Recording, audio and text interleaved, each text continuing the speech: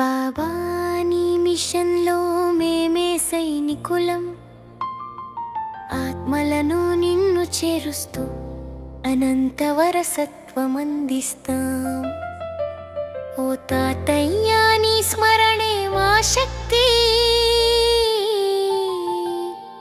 నీ దృష్టిలో పావనమైపోతుంది జీవనయాత్ర.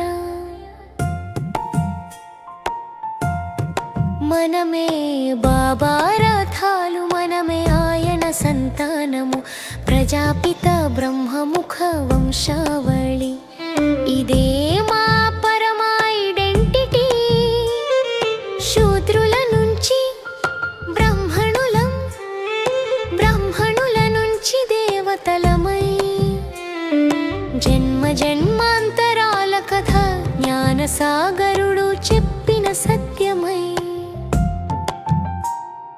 నీ పరిచయమే ప్రపంచాన్ని మార్చే దీపమై, నీ సత్వశక్తిలో మేము ఎగురుతామై.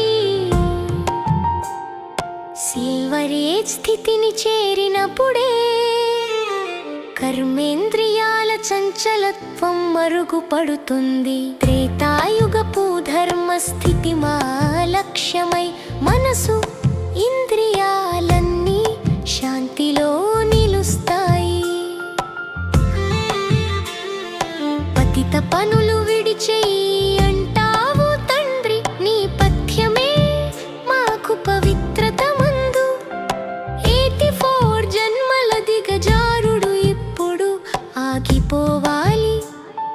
మళ్ళీ పైకి ఎగసే తిరుగు ప్రయాణం ప్రారంభమైంది.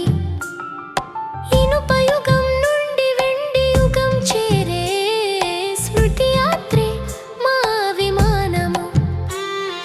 నీ దృష్టి చాలు తాతయ్యా, పతితుడిని పావనుడిగా మార్చడానికి.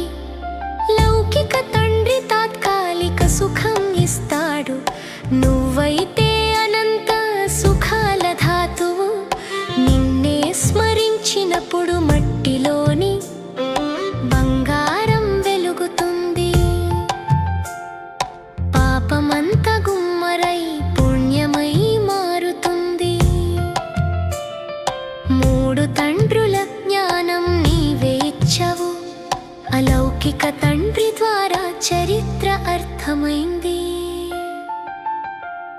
స్మృతి చేస్తూ చేస్తూ శరీర మమకారాలన్నీ వీడి స్వదర్శన చక్రం తిరుగుతున్న అనుభూతి. ఇనుపయుగపు తుఫానులు లేనట్టవుతుంది. బాబా చేతి పట్టుకుని సత్యయుగ ద్వారం చేరుతుంది. జ్ఞానసాగరుడా మమ్మల్ని నీ సమానముగా చేయు. ఈశ్వరీయ సేవలో మమ్మల్ని దూతలుగా నిలుపు. బాబా నీ మిషన్లో మేమే సైనికులం, ఆత్మలను నిన్ను చేరుస్తూ అనంత వరసత్వమందిస్తాం. ఓ తాతయ్యా నీ స్మరణే మా శక్తి, నీ దృష్టిలో